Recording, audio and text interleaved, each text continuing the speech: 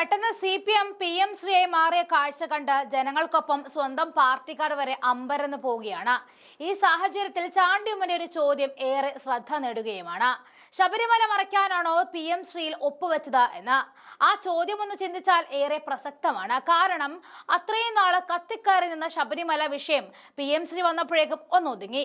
മാധ്യമ കണ്ണുകളും പത്രത്തിന്റെ ഫ്രണ്ട് പേജുകളും ഇപ്പോഴും ട്രെൻഡിങ് വിവാദങ്ങൾക്കൊപ്പം ആയതുകൊണ്ട് തന്നെ സ്വർണത്തെ PM മുക്കിയെടുത്തു. അവിടെയാണ് ചാണ്ടി ഉമ്മന്റെ ചോദ്യത്തിന്റെ പ്രാധാന്യം വന്നത്. CPMന് തലം ഉയർന്നിരിക്കുന്നു, അവരുടെ ലക്ഷ്യം എന്താണെന്ന് മനസ്സിലായിരിക്കുന്നു എന്നാണ് ചാണ്ടി ഉമ്മൻ പറയുന്നത്.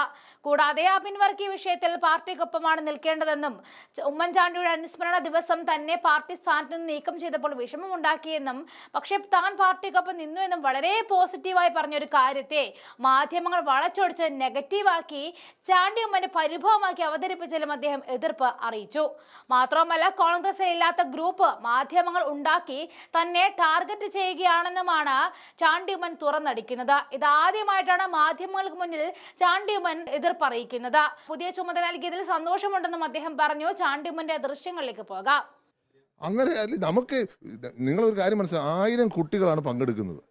1000 കുട്ടികൾ പങ്കെടുക്കുമ്പോൾ എത്ര കുട്ടികൾക്കാണ് നിങ്ങൾക്കറിയാം, ഞാൻ ഓൺ ദ സ്പോട്ടിൽ തന്നെ എത്ര നേരം അവരെ വെയിറ്റ് ചെയ്യിപ്പിക്കും. പരിപാടിയുടെ ഡ്യൂറേഷൻ ചെറുതാണ്, ചെറിയൊരു പരിപാടി, അരമണിക്കൂർ താഴെ മാത്രമേ ഉള്ളൂ പരിപാടി. അപ്പോൾ അത് എല്ലാവർക്കും അധികം സംസാരിക്കാനും സാധിക്കത്തില്ല. അപ്പോൾ ചെറിയൊരു പരിപാടി നടത്തി പെട്ടെന്ന് കുട്ടികൾക്ക് സ്കോളർഷിപ്പ് കൊടുക്കണം, അതുപോലെ 20 വീട് കൈമാറണം. നിങ്ങൾ ഇതിൻ്റെ ഒന്നും സിഗ്നിഫിക്കൻസ് കാണാതെ അതിന് വേറെ അർത്ഥതലം കൊടുക്കുമ്പോൾ മാധ്യമങ്ങൾക്ക് ഒരു അജണ്ട ഉണ്ടെന്നാണ് ഞാൻ വിശ്വസിക്കുന്നത്. ഇവിടെ ഇല്ലാത്തൊരു ഗ്രൂപ്പ് നിങ്ങൾ ഉണ്ടാക്കിയെടുക്കുകയാണ്. ഇതെന്ത് ചെയ്യാൻ സാധിക്കും? എന്ത് ചെയ്താലും വേറൊരു അർത്ഥം കൊടുക്കുകയാണ്. എന്ത് ചെയ്താലും നിങ്ങൾ എന്നെ ടാർഗറ്റ് ചെയ്തുകൊണ്ടിരിക്കുകയല്ലേ. ഇപ്പൊ ഞാനൊരു ഗ്രൂപ്പ് ഉണ്ടാക്കുന്നല്ലേ നിങ്ങൾ പറഞ്ഞു വെച്ചതിന്റെ അർത്ഥം. ഞാൻ പറയാ പാർട്ടിയാണ് വലുത്, പാർട്ടിക്കപ്പുറം ഒരു ഗ്രൂപ്പും ഇല്ല, ഒരു ഗ്രൂപ്പും ഉണ്ടാവത്തുമില്ല. എന്നെ സംബന്ധിച്ച് ഞാൻ പറഞ്ഞു, കോൺഗ്രസ് ഗ്രൂപ്പാണ് ഞാൻ, രാഹുൽ ഗാന്ധി ഗ്രൂപ്പാണ് ഞാൻ. അല്ല, എനിക്ക് വളരെയധികം സന്തോഷമുണ്ട്. കാരണം പാർട്ടി ഞാൻ ആവശ്യപ്പെട്ടിട്ടില്ല.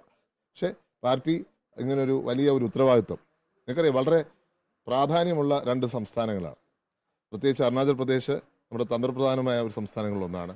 അതുപോലെ തന്നെ മേഘാലയയും വളരെ നോർത്ത് ഈസ്റ്റ് എന്ന് പറഞ്ഞാൽ എനിക്ക് പ്രവർത്തിക്കാൻ പറ്റാത്തൊരു സ്ഥലമാണ്. ഞാൻ ഇന്ത്യയിൽ ഒട്ടുക്ക് എനിക്ക് പ്രവർത്തിക്കാൻ അവസരവും ഭാഗ്യം ലഭിച്ചിട്ടുണ്ട്.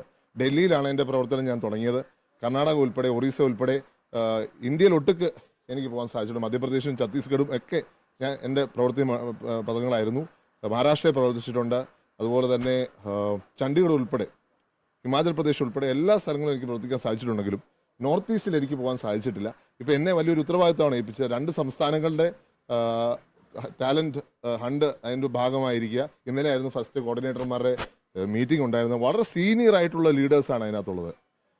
MP-മാർ, അതുപോലെ തന്നെ ഞങ്ങൾ സഹപ്രവർത്തകരായി പ്രവർത്തിച്ചിട്ടുള്ള NSUA യൂത്ത് കോൺഗ്രസ് കാലഘട്ടത്തിൽ ഞങ്ങളോട് ഒരുമിച്ച് നിന്നിട്ടുള്ളവർ ഒക്കെ ഇന്നലെ എനിക്ക് കാണുവാൻ സാധിച്ചു. അപ്പോൾ വളരെ ഇമ്പോർട്ടൻ്റ് ആയിട്ടൊരു ഉത്തരവാദിത്വം പാർട്ടിക്ക് വേണ്ടി എന്നെ ഏൽപ്പിക്കുമ്പോൾ അത് എൻ്റെ ഒരു വലിയൊരു അംഗീകാരം നൽകിയിട്ടാണ് ഞാൻ കരുതുന്നത്. ചില രീതിയിൽ ഇങ്ങനെ സോഷ്യൽ മീഡിയയിലൂടെ എന്തോ ഒരു വലിയൊരു ദുരന്തം സംഭവിച്ചു എന്നൊരു രീതി പ്രചരിപ്പിക്കുന്നുണ്ട്. അത് അവരുടെ ഇഷ്ടം, അവരുടെ ആഗ്രഹം അതാ. പക്ഷേ ഞാൻ കാണുന്നത് അറിയോ, ഇന്ത്യൻ നാഷണൽ കോൺഗ്രസിന് വേണ്ടി പ്രവർത്തിക്കുന്നതിൽ പരം ഒരു അംഗീകാരം എനിക്ക് കിട്ടാനില്ല. രാജ്യത്തിൻ്റെ ഏത് കോണിൽ പോയും ഞാൻ ഇതിനു മുമ്പ് പ്രവർത്തിച്ചിട്ടുണ്ട്, ഇനിയും പ്രവർത്തിക്കും. പക്ഷെ അപ്പോഴും ഞാൻ കേരളത്തിൽ തന്നെയുണ്ട്. ഞാനൊരു രാഷ്ട്രീയ പ്രവർത്തനമല്ലേ. എന്നെ സംബന്ധിച്ച് പാർട്ടിയാണ് വലുത് എന്ന് ഞാൻ പറഞ്ഞു. ഞാൻ അന്നും പറഞ്ഞു, പാർട്ടിയുടെ അകത്തെ തീരുമാനങ്ങൾ പാർട്ടി ലീഡർഷിപ്പാണ് തീരുമാനിക്കുന്നത്. പാർട്ടി ലീഡർഷിപ്പിന് ഏത് തീരുമാനവും എടുക്കാം. അതിനകത്ത് വേറൊരു ഫാക്ടർ ഉണ്ടാവാൻ പാടില്ല എന്ന് എനിക്ക് നിർബന്ധമുണ്ട്. അല്ല, ഇത്രയും നാളും BJPക്കെതിരെയാണ് എന്ന് പറഞ്ഞ് നടന്ന CPM ഇപ്പം പെട്ടെന്ന് PM ശ്രീയായി ഇല്ലേ? പെട്ടെന്ന് PM ശ്രീയായത്.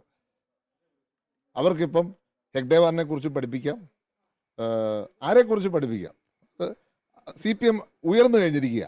CPMന്റെ തലം ഒന്നുകൂടെ ഉയർന്നിരിക്കുന്നു. ഇപ്പം വ്യക്തമായിരിക്കുന്നു CPMന്റെ യഥാർത്ഥ ലക്ഷ്യം എന്താണ് എന്നുള്ളത് വ്യക്തമായി കഴിഞ്ഞിരിക്കുന്ന ഒരു സാഹചര്യം കൂടിയാണിത്. പക്ഷെ ഇപ്പോൾ ചില സംശയങ്ങളുണ്ട്. ശബരിമല മറയ്ക്കാൻ വേണ്ടിയാണോ ഈ വിവാദം എന്നുള്ള സംശയം എനിക്കുണ്ട് ഈ കാര്യത്തിൽ.